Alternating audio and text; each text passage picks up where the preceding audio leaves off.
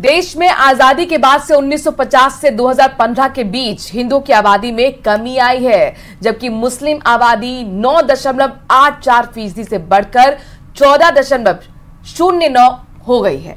और ईसाई आबादी की अगर हम बात करें तो उनकी हिस्सेदारी 2.24% है, उससे बढ़कर 2.36% हुई है। Economic advisory council to prime minister EAC PM की ओर से जारी की गई रिपोर्ट में यह जानकारी दी गई। रिपोर्ट के आते ही सियासी वार पलटवार भी शुरू हो गया। इसी पर देखिए रिपोर्ट।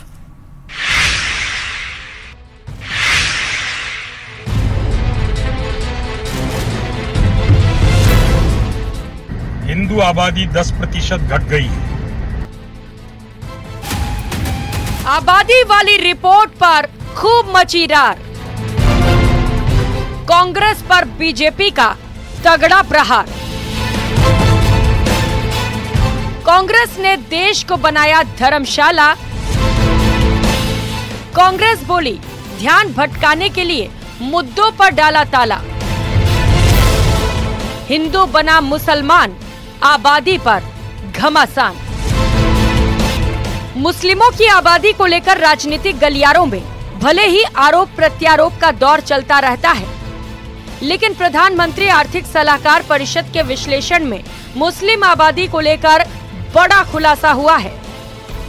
ये खुलासा ऐसे समय पर हुआ है जब लोकसभा चुनाव अपने चरम पर है और तीसरे चरण का चुनाव संपन्न हो चुका है।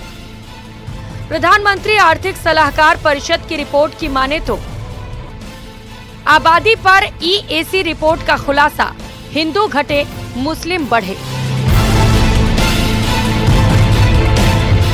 1950 से 2015 तक के आंकड़ों पर रिपोर्ट।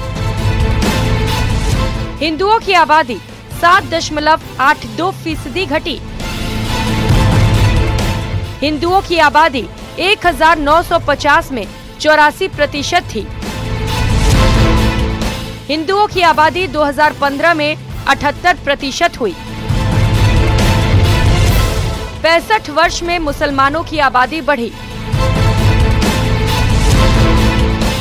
1950 में मुस्लिमों की आबादी 9.84% थी। 2015 में मुस्लिमों की आबादी 14.09% हो गई। भारत में हिंदुओं की आबादी 7.8% घटी।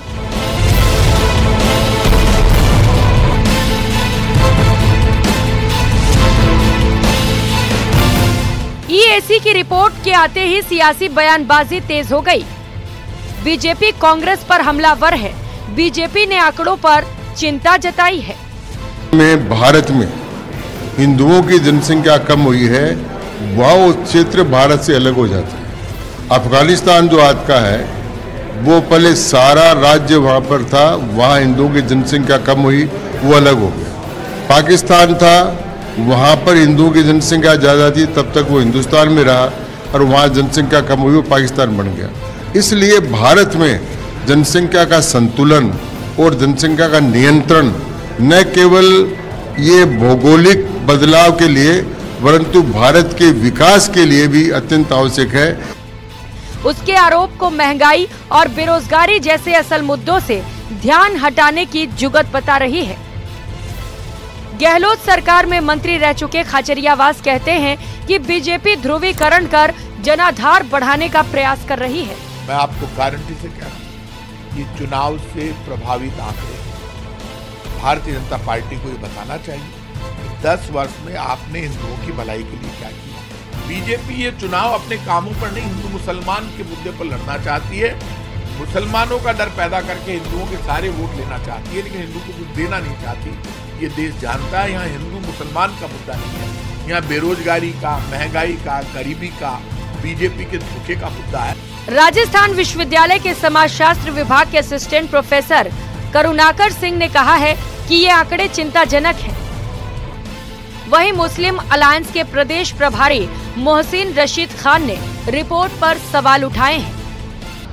जैसा ये अभी रिपोर्ट जिस बारे में चर्चा हो रही है, इस रिपोर्ट में कहा गया है कि जो मेजॉरिटी मुस्लिम्स हैं वो मतलब उनकी ग्रोथ हो रही है और भारत में 43.8 2015 तक जो ग्रोथ हुई है वो 43.8% करीब है, और जो हिंदुओं का डिक्लाइन हुआ है वो 7.8% के करीब है, और हमारी मुस्लिम मेजॉरिटी जो नेबरिंग कंट्रीज में है वो भी काफी बढ़ी है। तो क्या ये चिंता का विषय?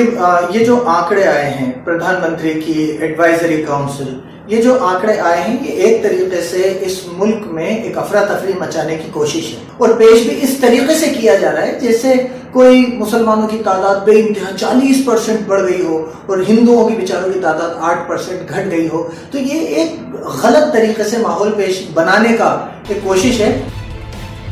रिपोर्ट के बाद बीजेपी देश में तत्काल जनसंख्या नियंत्रण कानून और समान नागरिकता संहिता लाने की मांग कर रही है, जिसे विपक्ष बीजेपी की हार की बौखलाहट बता रहा है। अब जब 4 चरण के मतदान बाकी हैं, तब आबादी वाली रिपोर्ट के बहाने देश का सियासी पारा उफान चढ़ने की उम्मीद है।